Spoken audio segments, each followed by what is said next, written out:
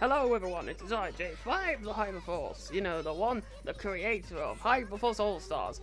And welcome to the episode 6 commentary of, well, Hyperforce All-Stars. Hyperforce All-Stars episode 6 commentary track. This is definitely an episode, isn't it?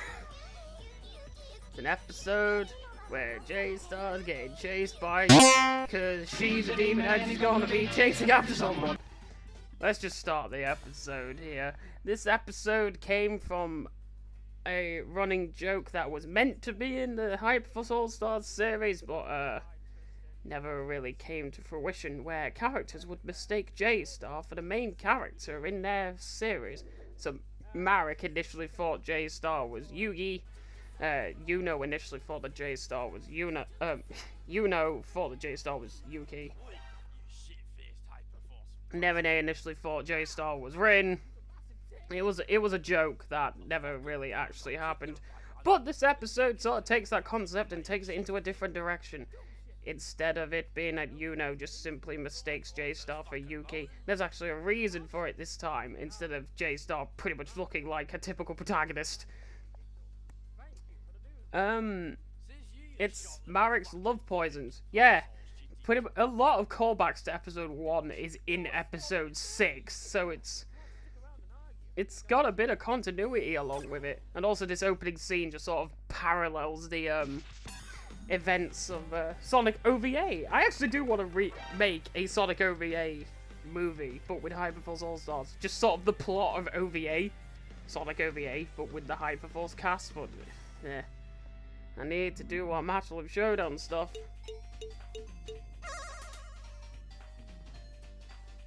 Marek and his Ishtar clown car. Yeah, this episode is definitely a bit more traditional in sort of a Hyperforce All-Stars mentality, because it's about different situations instead of it actually being one continuous plot, even though there is actually a plot in this episode about Marek and his doom ship, and, well, not Marek and his doom ship, but Marek capturing Yuno and making her sort of, you know,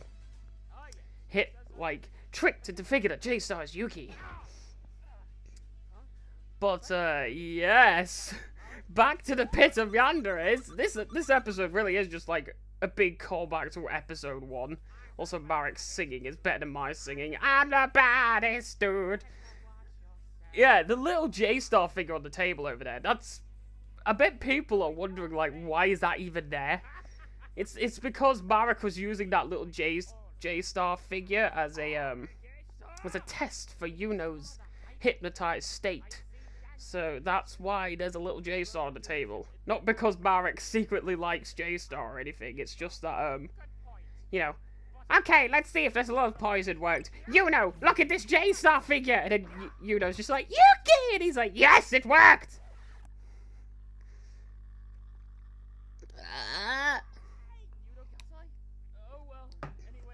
Yeah, even though there is a plot in this episode, it sort of just stops to go and have more comedic moments. And this is the last episode that's written like this, actually, where the plot is established early on, and then we just have really funny scenarios dotted in between, and then finale at the end. Whereas the next 2 episodes are more like episode 5, where it's one plot running continuously throughout the episode. I mean, this is when the plot starts, but also stops. Because now that Yuno's on the prowl, we just have all the different scenarios that come up afterwards. Also, return of William and his bloody, Wobbuffet that's hacked because it knows Giga Impact when it really shouldn't. Oh well. I actually did do a bit of research when writing the episode. It's like, does Wobbuffet actually learn Giga Impact? He doesn't. But I decided to keep it in anyways, because, well, villain Pokemon. I mean, it kind of works. Also, J-Star sneezing away. That is a callback to episode 2, obviously. But also that running animation. Based off of Sonic 4 episode 2, it's actually my favourite version of modern Sonic running like classic Sonic, if you want to... If that's even a category of running animations. You know, like Smash Brothers, Sonic Lost World, Sonic 4 Episode 1 and 2. Sonic 4 Episode 2 was the best running animation for modern Sonic in terms of it trying to replicate classic Sonic. Oh yeah, Sonic Advance is also one of those games. Also, sliding into your DMs, mate. I'm surprised nobody actually commented on that little gag there. Also the Yuki counter, because that's a thing with Yuno, isn't it? Just Yuki! Just constantly shouting that, so that's why the counter's there. Also J-Star flirting with Yuno, stop, mate! Got a jet! But this episode, just like the other episodes, is a little bit better. Oh, we've got a bit of plot in here. I remember there's a bit of plot with Senor Tails and his bunch of tacos. And his house is pretty much a fucking taco. It's built to look like a taco. It isn't actually a taco. So those who actually thought the taco house was made out of tacos, it isn't. It's just covered in tacos, as you can see in the background. Also, Inventor Tails. And the Impact Blitzer without its Armate Halo. Yeah, this was made before I actually implemented the Armate Halos onto the Armate Gears. It's Yuno who got drugged! The fucking Tails in this episode. It's like this is Tails' best appearance. Because he's actually one of the supporting characters in this episode.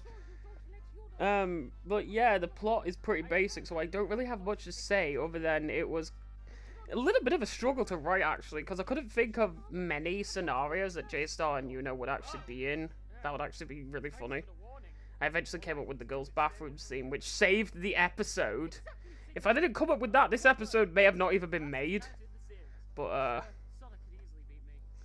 yeah, this episode 6 is more along the lines of episode 1 and 2, but a bit of 5 sprinkled in, because we're still getting a bit of plot with Tails trying to make an antidote. After this scene, it goes into a more traditional Hyperforce All-Stars sort of a I don't want to say plot line, just like progression in the episode, where it's just like multiple gags around one joke. Around one scenario, I should say, not one joke, even though, yeah, it's kind of based on one joke. But, yeah. J-Star's now got to run for his life, because she's a demon and she's gonna be chasing after someone. Speaking of which, speaking of diverting, this episode, not really too much to say about the episode itself. It's a fun episode to watch. Also, yeah, Josh Starrise is the name of the character, if people didn't know. Hence why I put the reminder there. Because his name is only mentioned, like, twice in the Animatic series. And, like, that's from William in episode 3. Oh, no, wait, it's also mentioned a third time by Marek in episode 2, but then after that, J-Star's just never referred to as Josh Starrise again. So that's why I put the reminder there, just in case people didn't know. Plus, people might be watching episode 6 before episode 2, because I tend to recommend 5 and 6 over the rest of the series. Also, Yui in the background. There's a bit of a set detail that is glanced over. I made the set for the McDonald's place bigger than it really should have been, and you kind of missed the Happy Meal sort of display. Yeah, the Happy Meal display thing, which is a bunch of Hyperforce All-Stars character renders. You know, like character artwork. Well, can I order me to go? Actually, I actually wanted that scene to have like an actual Hyperforce All-Stars character to be the cashier, but I decided against it because, well, I don't know, I just thought that the Drowsy and the Hypno would have been better substitutes, because then I wouldn't have to get more external voice actors besides from Yuno. I guess you could say it was on a bit of a part of laziness and not wanting to deal with other people. Also, Tristan, I can believe that you're dumb enough to wander into the girls' bathroom thinking it was the guys. Also, that window was specifically put into that scene to explain how the blue-tip bird even got in the first place. In fact, originally, Also, originally, that bird was meant to be an actual chicken chick, but I don't know why I didn't make it one. I think I forgot. I think I just outright forgot to change it into a chicken chick. It's like, oh, look at the chicks over there, laddie, and it's like a proper freaking chick. I don't know. But, yeah, the window up there, the blue-tip bird was initially meant to be on the other side of that window, then he flies in, but I guess I got lazy with the animation. Yeah, you can kind of tell I got lazy with the animation, because I didn't bother to get a chicken chick for the joke. But, yeah. This whole bathroom scene is just... It kind of just shows J-Star's train of thought and how... It's kind of a good way to explain J-Star's character just by showing people this scene. His intelligence is sort of in a different direction to everybody else's. Because if you really think about it, his train of thought here is kind of logical. But then the blue-tip bird does bring up a good argument where it's like, oh yeah, let's hide from a girl in the girl's bathroom. Mate, what do you think? But J-Star's just like, but that's the thing. People won't think I'd be in here, so they wouldn't look in here. It's like if you're trying to find a straight man and hiding in a gay strip club or something. Like, you're trying to find somebody who you know is straight, but then he hides in a gay strip club because, yeah, they wouldn't think to look for him in there, so, you know. The bird kidnapped me! Does Yuno not think? Yes! How a tiny-ass bird would kidnap two people? Does you... Yeah, again, this series is kind of stupid anyways. I'm surprised. Yuno's intelligence would kind of be dampened because this series is just, well... Also, first attempt at blood. The only time blood is ever actually shown in this series. Like, that's the thing. If I show blood on a character, it's there for a reason, because the series isn't gory. But yeah, Yuno killed the blue-tip bird, but as we all know, she didn't actually kill him permanently, because you can't kill anybody permanently in the series. Also, just saw that Fubi in the background. Yeah, that's something. For every episode, I wanted there to be at least one Fubi cameo. You know, sort of as a running joke. Like a, where's Waldo? Where's Wally sort of thing. And I'm actually surprised I was able to keep it up for all 8 episodes, because Fubi appears in every single episode. Either as a proper support character, like when J-Star was talking to his pet Fubi in episode 3, or just in the background, like it was Fubi just shows up, and like you just want to pat his little head. Also, Knuckles' chaotic special stages, they don't look like it. Guess you could say they're a special stage in my own design, but they're meant to be inspired by Knuckles' chaotics, as the background music indicates. Burp straight in the bed.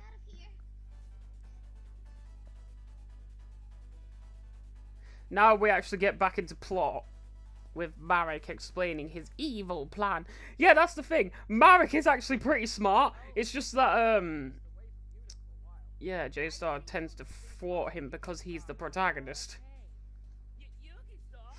Because Marek's entire, like, falling to J-Star in the episode's first fight, he failed on purpose. You have to remember that. He intentionally lost to J-Star, so then he would take Yuno, and Yuno would start terrorizing J-Star. He did all this on purpose. And now, he's gonna try and defeat J-Star with a pretty good tactic. Throw a Katamari, and then just get a load of all these bomb wisps. The Katamari is actually a thing that Marek uses in lore, because there is this one picture that I've uploaded to DeviantArt that explains how Marek actually captures the yanderes to put in the pit. He uses a Katamari. So hence why the Katamari is used there too. Senor J-Star! My shadow is clipping over Yuno's foot on your head! Marek does have a point though. If he could just fly up and Yuno wouldn't be able to reach him. Actually, can Yuno jump high? Like, can she actually jump like as high as Mario or as high as J-Star? Because she's able to run as fast as him.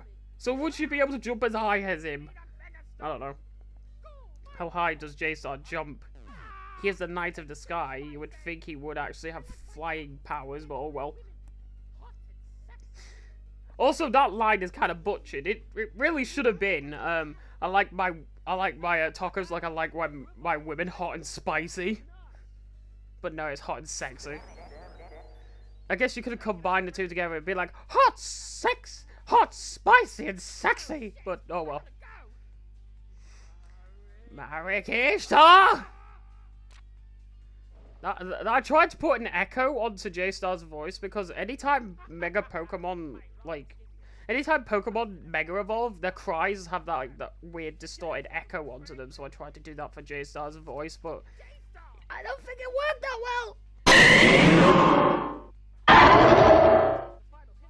Also, Sonic Heroes and Sonic bloody Advance 3 reference here. Also, that little scene with J-Star and Yuno looking at each other. Yuno with a yandere smile and J-Star with his confident smile. Like, that's meant to show, like, J-Star and Yuno, like, becoming friends. Or something along those lines, like their affinity has grown. You know, J-Star now respects Yuno a little bit more than he did at the beginning of the episode. It's a bit of a character arc. Kind of failed though, because it's Hyperforce All-Stars, there's no character arcs.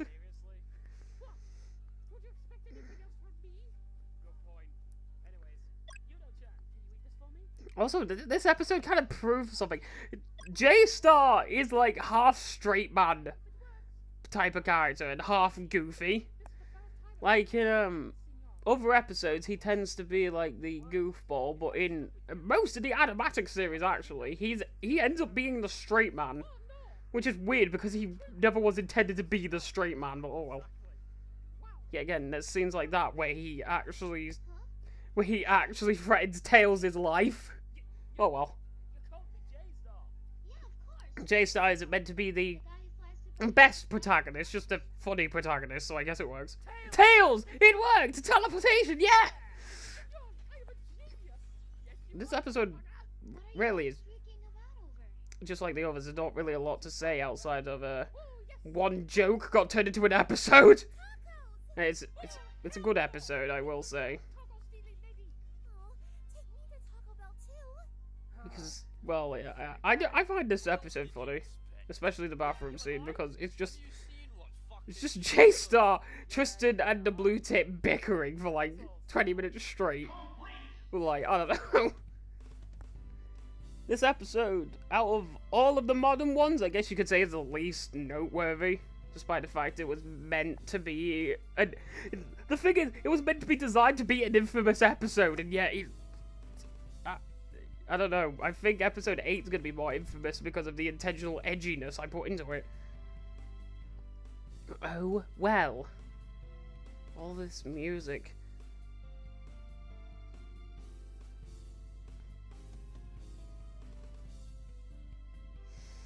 Tried to make this episode a little bit, well, not controversial, just like stand out from the crowd, and, well, it's the only episode that Yuno actually gets more than 2 lines of dialogue.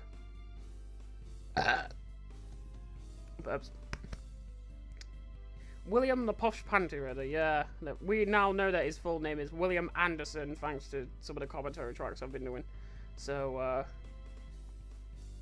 yes. Also, this background that we see here with the Nerine instead of the Miku, like, this is like the essential Hyperforce All-Stars poster that shows off all the main characters. But then there's BV in the background. She's more important in the stories series of Hyperforce. Oh, bloody well. It's getting more Scottish by the second. Alright, Jared.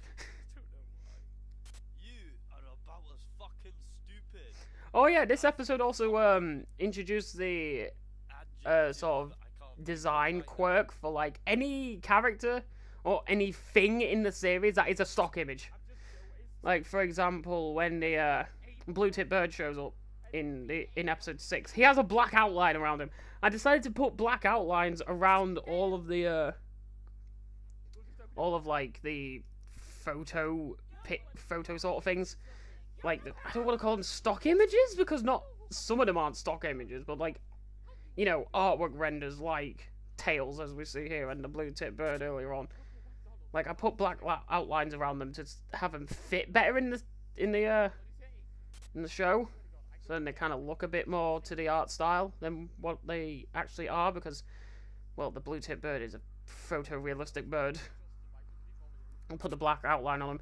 The Anime Studio does come with a feature where you click on the layer's properties and you can have a outline surround the layer, even if it is a picture. So that's what I did for Blue-Tipped Bird, Tails, and the Bomb Wisp, as you can see here.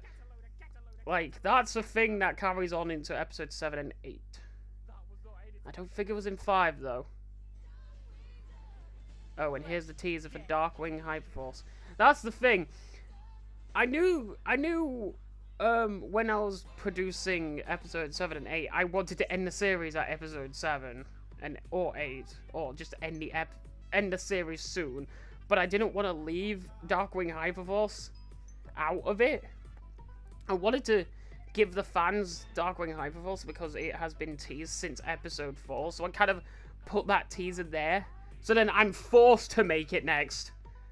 And then I came up with the idea of Hyperforces, which is the Sonic Forces parody. And I decided to make that episode 8 because not only did I promise that Darkwing Hyperforce would be coming up next, Movie All-Stars Part 2, so that 2-part is not left alone, I guess you could say. But also, Hyperforces definitely was a better episode to end the series off with, because it was actually, you know, proper stakes. But, oh well. I guess that's the episode 6 commentary. Yuno Yandere, she's funny in this episode. She's not terrifying, despite the fact that she killed a bird, but you gotta remember, this series is a comedy series. Of course, Yuno isn't going to be her bloody yandere broken sort of self that she is in Future Diary. It's a fucking comedy series. She's going to be made funny, right? Hence the running joke of her shouting Yuki constantly. So, yeah, there was a removed scene from this episode, but I explained that in a different video. I guess I'll link it in the description if I remember to link it. But yes, that will be the episode 6 commentary. So next time, episode 7, Darkwing Hyperforce. Like, I don't know if it's my second favorite episode. It might be. Yet again, I don't know if it counts because it's like a Darkwing Hyperforce crossover. Hyperforce All-Stars Darkwing Duck crossover. Does it count as a proper Hyperforce All-Stars episode or what? Oh well. Got a jet, ladies and gentlemen. I'll see you on the flip side.